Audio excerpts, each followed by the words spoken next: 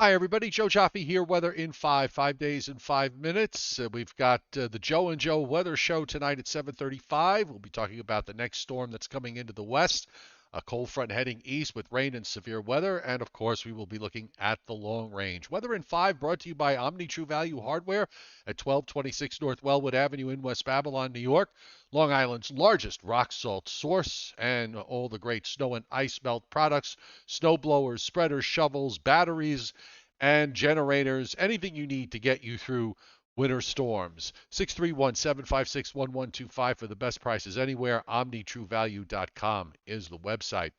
So we'll get it started today. I'll just move myself down over here so you can see the U.S. satellite loop, which is showing cloudiness in the east. Ahead of this next warm front cold front combination, we've got a warm front that is setting up to our south, and starting to see a little bit of moisture getting generated from that. And we also have a strong upper trough. You see it here moving across Texas and Oklahoma, swinging east.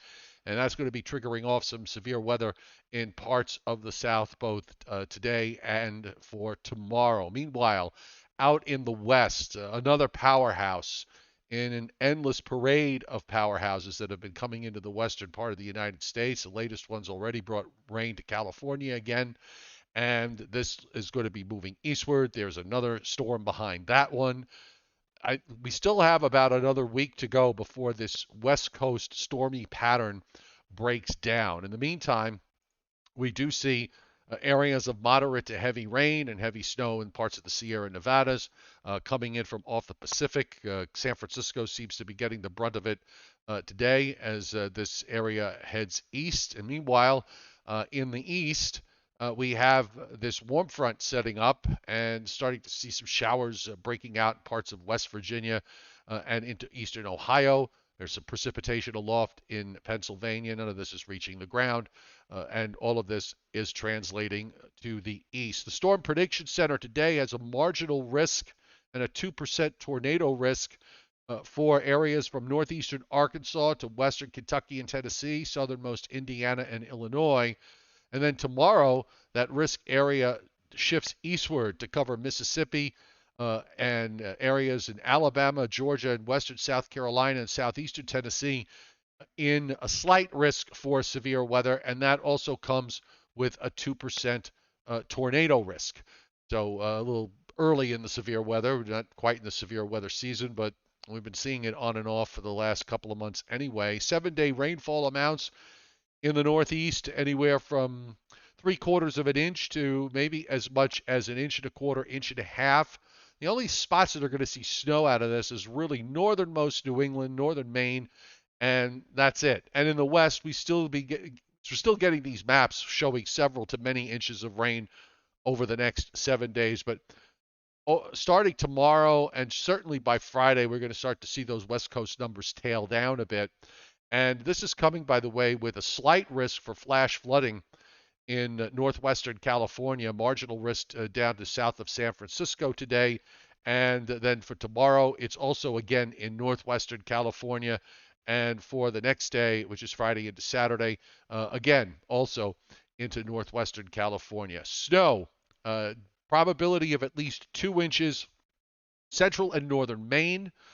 There's some 50% probability showing up in northeastern New York and also down into parts of New Hampshire and Vermont, along the lake shore and in the mountains of West Virginia. Now, this is going to come uh, on the backside of this cold front with northerly winds aloft down the Appalachian Mountains. We even have a 50% probability of at least 2 inches down into the mountains of western North Carolina.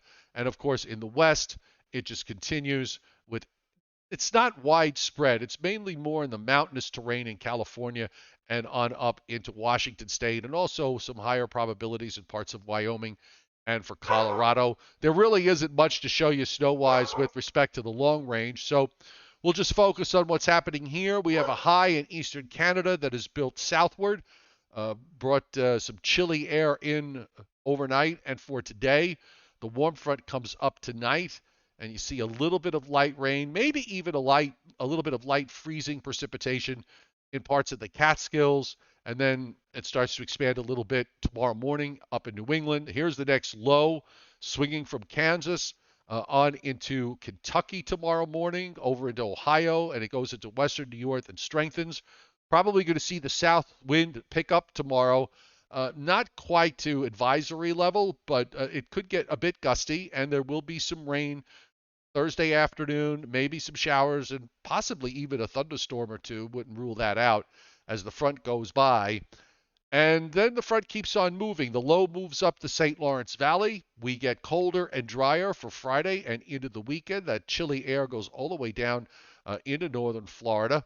And no issues for the weekend other than the temperature changes.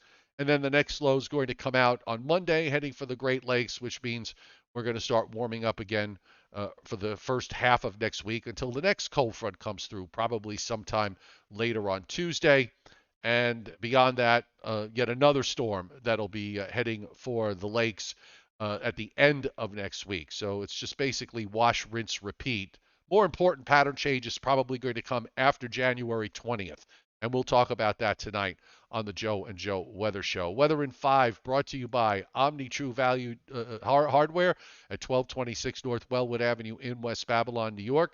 631-756-1125 is the phone number, and the website is omnitruevalue.com. So we're going to leave you with this next storm coming into the west. We'll see you tonight on my YouTube channel at 7:30 Eastern Time.